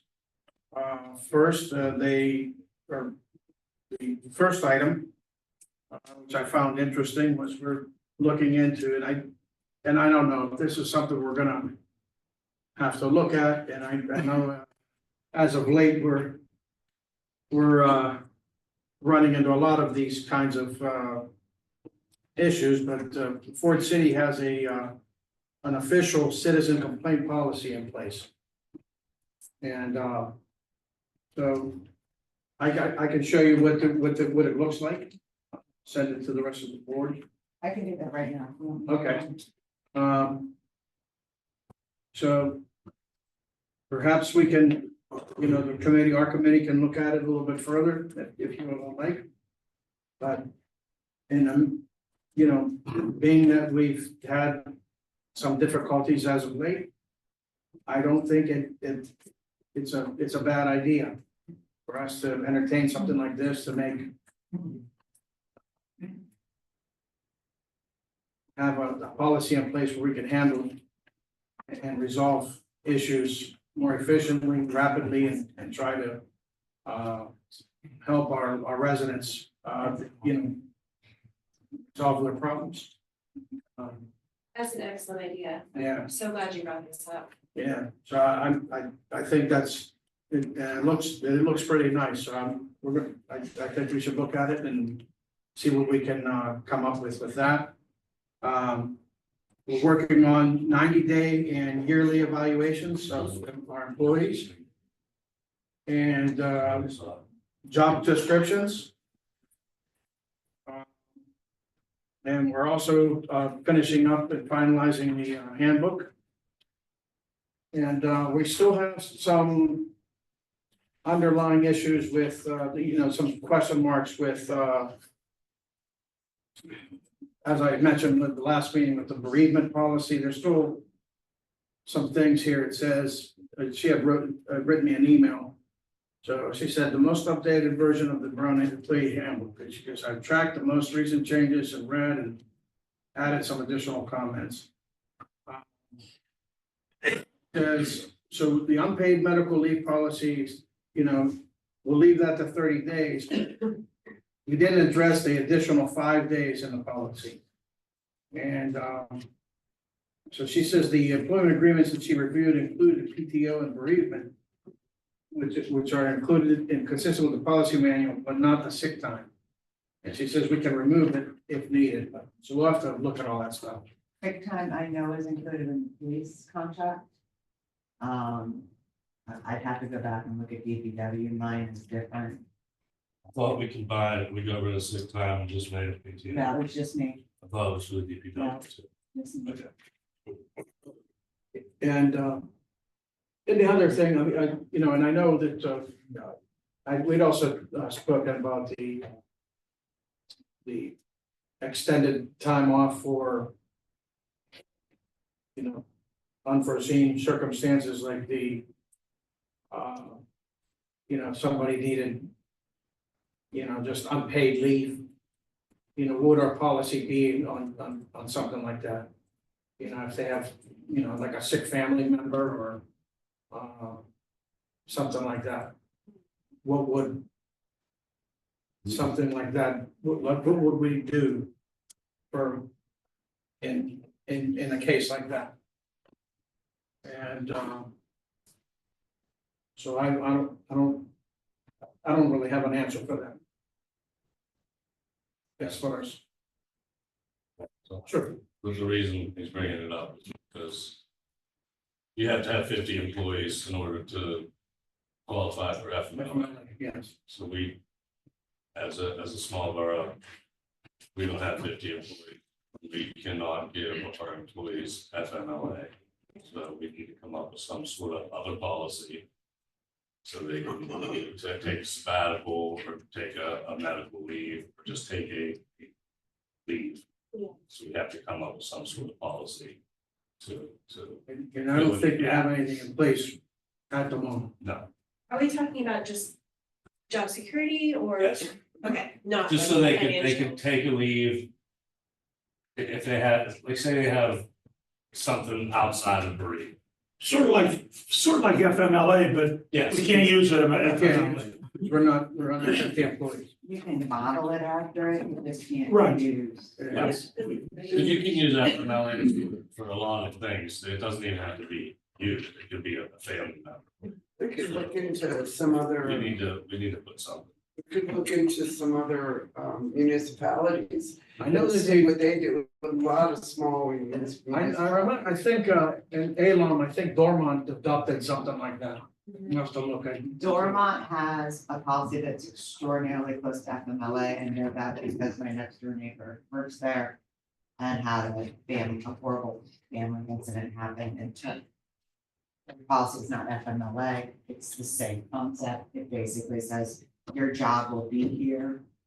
And you start out with like 30 days unpaid, and then. You have to use your sick days and You vacation have to days use- first. You have to use all your time. Not all of it, I don't think they made him use all of it, he said, but some of the people gave their time to him. Really, Now, my question to you all would be, would this time be capped, would this time be capped in a, let's say, 365-day period? So in other words, like, would you, that's if you just took, not once if we you come up took, with if the you took policy, 30 you days, have if to you took figure out. 30 days or 60 days or whatever it was. And then you come back like 6 months later, oh, I need another 60 days. Would that? You're gonna come up Would with all them specifics once you come up with the Yeah. policy. Yeah, You know, when they Yeah. renew it and. Most people aren't gonna come back and then leave, most people might want to extend it, would be my thought process more than. Right. Than anything else, I can see a point where that might be an important thing here. Maybe we can reach out to Dormont and get a copy of theirs. I'll talk to my neighbor, and see if he can do this. So we'll have to, He was covered under it, so. yeah, You also asked Oakmont if they had any in place before. Oakmont found a way, once they found out about this, they hired 2 people. They had 48 people. They found out you needed 50 to qualify for FMLA. They literally just, they made 2 positions and hired them. We would have to hire 30 people. Yeah. So, That's not happening. no. So to get to 50, we would have to hire 32 people. if we hire 30 people, we're doing really well here. Yeah. So we could ask Oakmont if they had a policy in place before they hired those 2 people. It might not be great, that might be why they just if it was worth paying extra $40,000 a year to hire two. John, I would suggest asking Tracy if that's true, because since she was council. Yeah, she mentioned that's how they got there. Yeah. She didn't mention what they did before they got there. So, Yeah, that's a, I mean. We could, I'm, I'm not saying use that one as a barometer, I'm just Right. saying if we're gonna get information from other communities, this happened recently. Like, very recent, yeah, so we could ask them what they did 5 years ago. Or maybe they didn't do anything, it'd be nice to know. but I think we probably should adopt a policy, Correct. You We're can not work- hiring 30 people. yeah, You're working on it now, so that's a bonus. right. So, all right, good. Okay, but that's all I have, I appreciate it. Very good, John. Thank you. Next up, we have action items. As we all know, the whole chief situation. We need a motion to approve the separation and release agreement for the chief, Ronald McLemore. Make that motion. Motion by Dr. Carpenter, I'll second. second by Mr. Jamelis. Any questions? All in favor, say aye. Aye. Opposed? Passed. Next, we need to make a motion to award Center Avenue sanitary lining base bid and add alternative to Snyder Environmental Services for its total of $232,365. I'll make the motion. Mr. Provenza first, I'll say. second, Mr. Floda. Any questions? I just wondered, Steph, if you could refresh my memory as to what that is. What's sanitary sewer lining? No, what are all the, who? Did we get a grant or something? Yes, this is all grant Yeah. dollars. And what are they gonna be doing? They're lining the sanitary source as per Alcosan. Yeah, they did, first athletic. last Yeah, they've done a year. lot of them. This is, First to second they did. They did north from high to, I don't know if they went all the way up or just this is first. a PA small waters grant. This is money that is granted to us because it's requirement of Alcoasand, so. That's, Before we can turn the whole thing over to them, yeah, and so are we using Snyder Environmental Services? Is that what Robinson Pike was doing before? yes, but Okay, lowest responsible builder was. yeah, Cause we get a letter from COG that says this is the lowest responsible bidder. Right. and Yeah, add yeah. that to it. I'm not questioning it, I Yeah. just, it makes 2 and 2 go together, make Yeah, 4 when I that's know what it that is. that was the other Okay. people. Okay.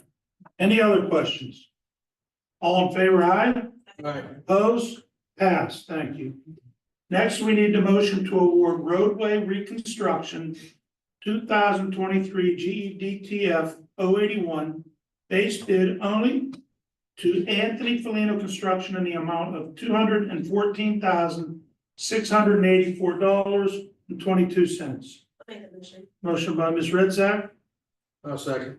second by Mr. Jamelis. Are there any questions? Similarly, Same question, base bid only. Does that imply there's another portion? There was a portion to add ADA ramps. Yes. It went over the bid. Like way over, so those couldn't have been, those could not be added. Can you refresh your memory what this is for? This is the one that's third. In all of those, third of vocals and all. Athletic. The ones we've been waiting for. Third two athletic. years. okay, but why does it say only to a Felino? Well, only two and. the Base bid company- only. Base bid only. Oh, The company's a Felino got it. contracted. Okay, I just want to make sure, because people have been asking that, I know. we- This is just, they just opened these bids last week. Yes, I reached out to Rob today from COG and he never got back to me. these are it. We were given these Thursday afternoon, I think. Do they have any time frame when they're gonna, Matt told us when he gets it, he said he's gonna try to get it on the docket soon. I can check with Matt. Unfortunately, I can't. No, I know. As of right, I would say May. If I had to make a guess, I'd say May. It's better than November, Yeah. or better than 2026. yeah, Which is. If you realize, these are the grants that we've been waiting for for 2 years, 3 years maybe, because of all the county turnover and, You were awarded these grants when I first started. yeah, Yeah, yeah. yeah, It so just 2.5 years. Just Yeah. finally, coming to fruition, so This is how long it that's a takes. good thing. Are there any other questions? All in favor? Opposed? Passed. How did I miss you? Huh? Ms. Redzak Okay, and Mr. Jamelis. Sorry. I ended up going up one, okay. Next, I need a motion to approve Intergrew's request to close East Railroad Avenue in front of the Borough Garage on Saturday, June the 28th, 2025, from 10 to 5:30. Map is available. Don't give me that motion. Motion by Mr. Long, No, second. second by Mrs. Provenza. Are there any questions? All in favor, aye. Opposed? Passed. It's a popular motion. Thank you all. Everybody wanted to. Thank you for what you do for everybody. You guys brought a nice thing in over there. Congratulations on 6 years Thank you. and more coming. Yeah, You'll work with the mayor on the specific. yeah, always do, yeah. And you'll make sure you get a hold of the event Yeah, the center. event center. And we'll get a hold of the event center just to let them And know. glory. Sure. I have it written down on you too. And we'll make sure we get a hold of the event center to make sure they know that they can have their people parked down there. We close it just because we don't want traffic to come up. Yeah, no through it. Right, right. They can still park how they do down there. All right, announcements and information, Mrs. Provenza. Yes, sir. Thank you, Mr. President, and good evening, everyone. We'll start with newsletter. We're currently working on our summer issue, and that will cover June, July, and August. And the articles and the ads are due on Thursday, May 1st, so if you can get them into us very soon, we would really appreciate it. We'd like to get to the printer early. And for articles, Donald Worth can be reached at 412-828-3607 or at veronanewsroom@gmail.com. And for ads, I can be reached at 412-828-7726. Chamber of Commerce next meeting will be held on Tuesday,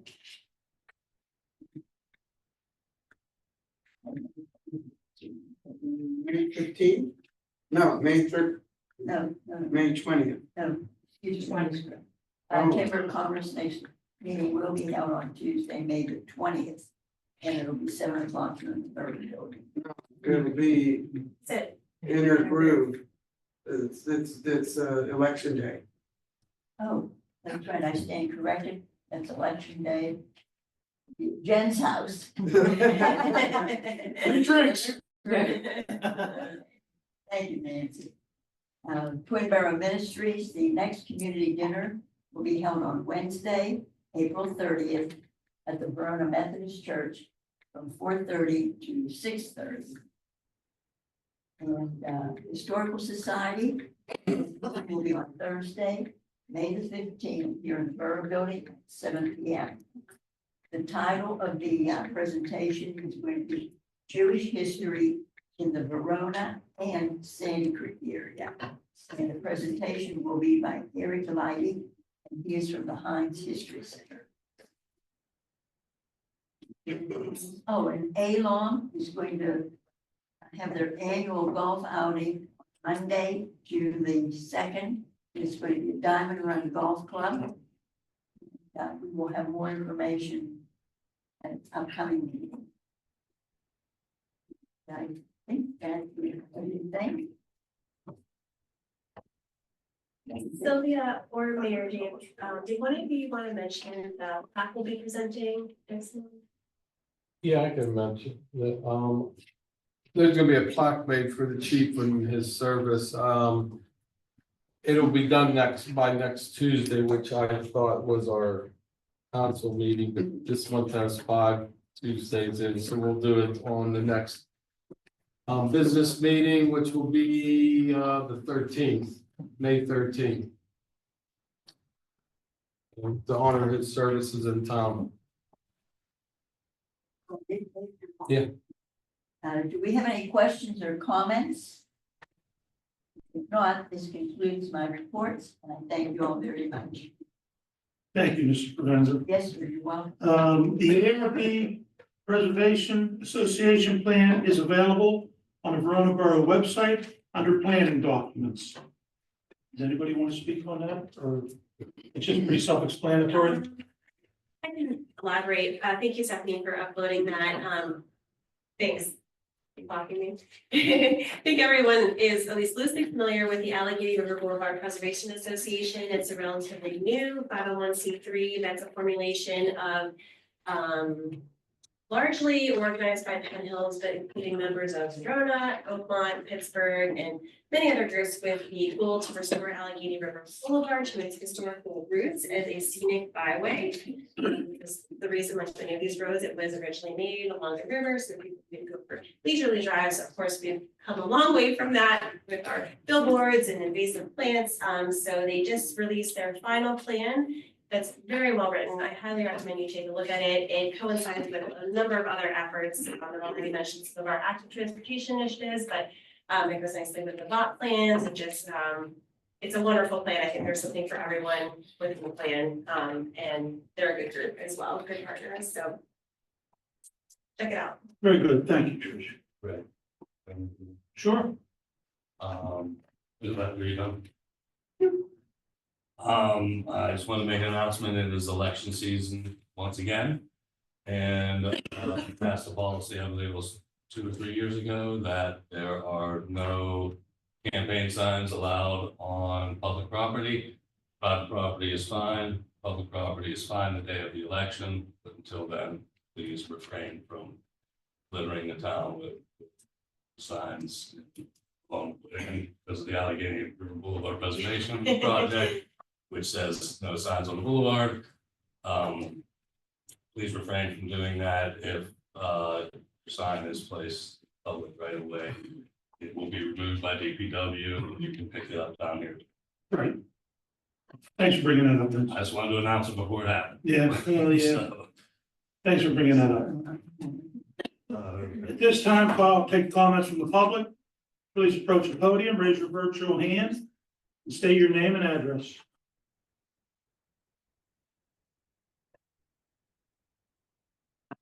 Bailey, I shut it down on Sylvan Street, and I believe my question is for you, Mr. Porter. I'm questioning about the public dock.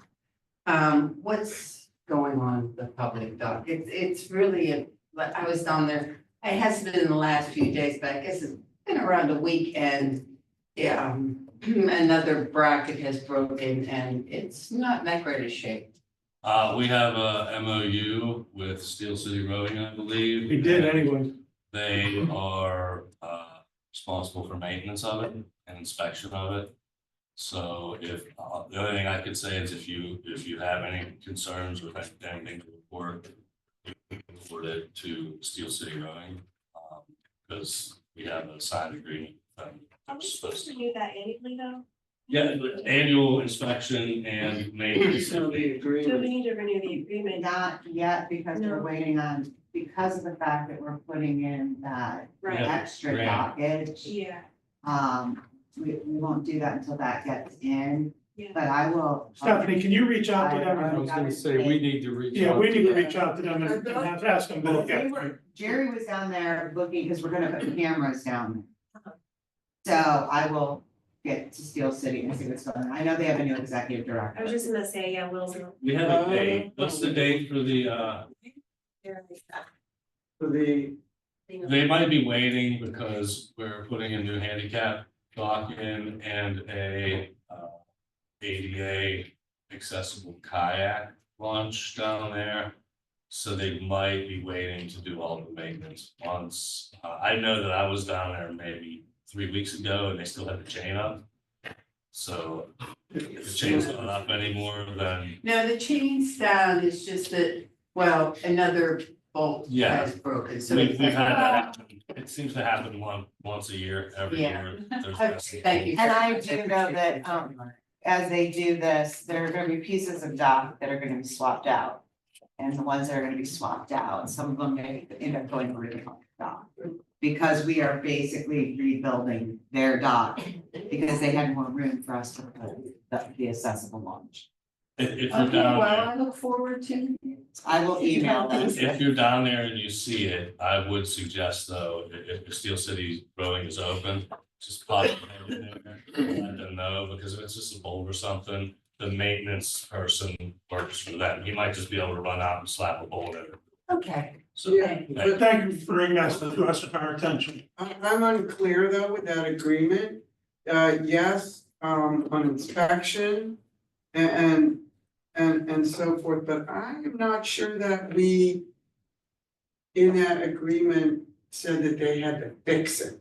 They just needed to Actually- see that there's something wrong and then call us up. That's in the agreement. That's in the agreement. The deal was, it's also in the agreement that we buy the parts, they fix the dock. they will do minor maintenance, Not- bolts, stuff like that, but if a flood happens and washes the dock away, we will have to pay Okay, to replace it. Right. But they will do, we bought them bolts, 2 summers ago. I know that it's been questionable for a while. And Stephanie will get a hold of them. Yeah, and there's talk. Thank you for bringing that up. Thank you. The Arch Street multimodal grant that have a piece in there for new dock. Okay. Awesome. Hello. Bethany Wallace and 535 Spruce Street. I don't know if I'm supposed to sign in, but it looked like it. I've never stood up here before, but I'm excited to be. I thought I would update you a little bit on some of the Verona Community Group initiatives and plans for the year.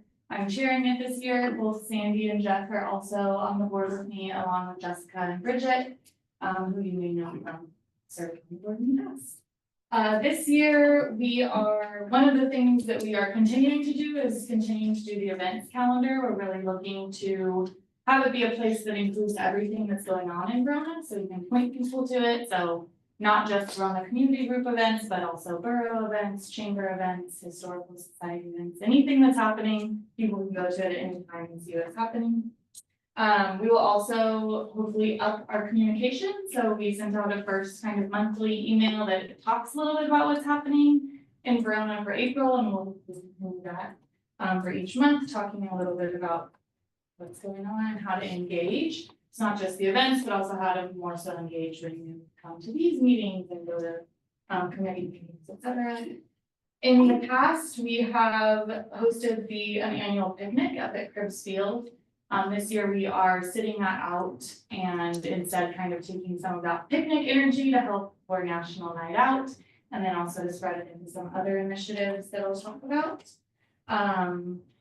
We are going to be doing a yard sale, which we've done in the past. We sat it out, but we do have plans to do it again this year on July 19th.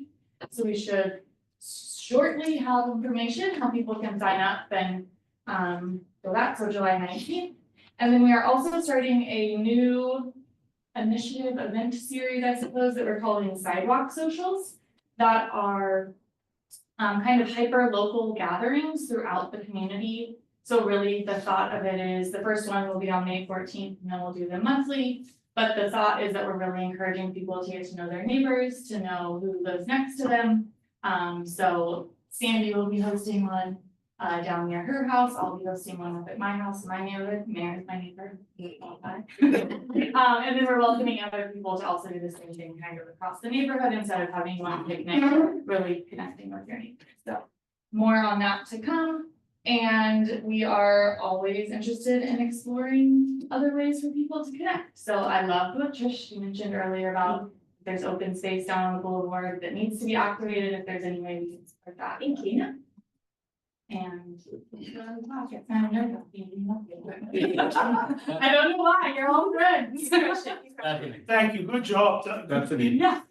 Could you send me an email to my borough email? Uh-huh. I get one to my personal email. Yeah. But sometimes it goes into spam. If you send me, and I know that management has changed in the community group, if you send me your email to my borough email, we'll be able to give you a list of events for Parks and Rec Cool, and Lower Valley Up. awesome, will do. Yep. Thanks, Bethany. Good luck with all that. Thank you. Anybody else? I didn't have anything more to say until I listened to everybody else. Sandy Trubicki Bell. I did not receive the text alert for the meeting this evening, and that thus didn't receive the agenda, and now there's none available here. But I was wondering, as I was sitting here listening to. I don't know if I received one either, to tell you the truth. There's a lot of meetings going around, and the only text alerts I'm receiving are the ones for the council business meeting, the council workshop meeting, and here's the agenda. Why can't David, until tonight, I didn't even know these community meetings existed. It's gonna happen on Thursday. I mean, that could go on, the public safety meeting could go on, strategic, all the committee meetings could be added. It would be nice for the residents to know that we now have an ambulance in the borough. I mean, if they're watching this, they're not gonna know. They had a nice article in the paper the other day. Just saying. Well, but I mean, I don't know Right. who received that paper. So, Can we look into the texting company, Yeah. see if that's an automatic? Something went wrong with the text this time. No, I'm talking about, Workshop, but if you wanna do it, we can, give certain people certain access to it. So that they can do it, it's extraordinary, we can make it so that it goes to certain people. Again, this one did not go out, we do not put community events up unless somebody tells us they're happening. Right. So like, public, that the meeting on Thursday was really just something that just came up to us, so. And so we can change it, but if it's not on text, it's always on Facebook. We try to make sure that it goes always. not everybody's on Facebook. The reason why I'm saying this is I put myself on Oakmont. And Oakmont lets you know when the roadblocks are and when the, field's getting repaired and the recycling bin is overloaded and like in Verona, that's a form of communication that we all need and we're not getting it. So if you could consider that, Very Thank good you. point. Good, yeah. thank you. Anybody else? The mayor has one more thing. Yeah, Thursday, the 24th, Rootview Children's Center, I'm always invited over there. They have like a big party for the families and what have you. And Betty Lazowski, she's retiring that day. She'll be there 28 years, Riverview Children's Center. And I'm gonna honor her with a certificate of achievement. I just wanted to bring that up. Very good, thank you, Dave. Nothing else, I'll take a motion to adjourn. Motion by Mr. Preventa, second by, first by Mr. Long, second by Mrs. Preventa. All in favor? Any questions? Can I stay in the room?